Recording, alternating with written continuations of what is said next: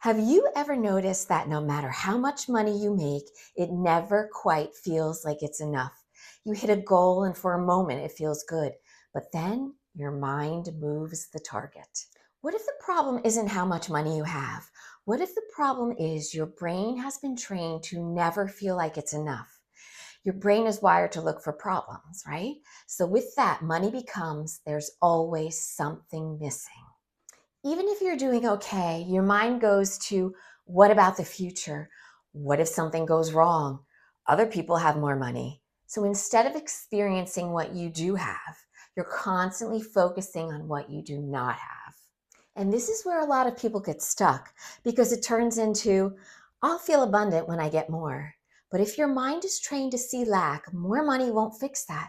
You can double your income and still feel like it's not enough. So instead of trying to manifest more money right now, try noticing this. Am I actually lacking something right now? Or is my mind projecting into the future? Because in many moments you'll realize right now, I'm okay. Real abundance isn't just about having more. It's being able to feel that what you have is already something. If this message resonates with you, don't forget to like the video, comment, and subscribe to my channel. Until next time, stay magical and may the wealth flow to you.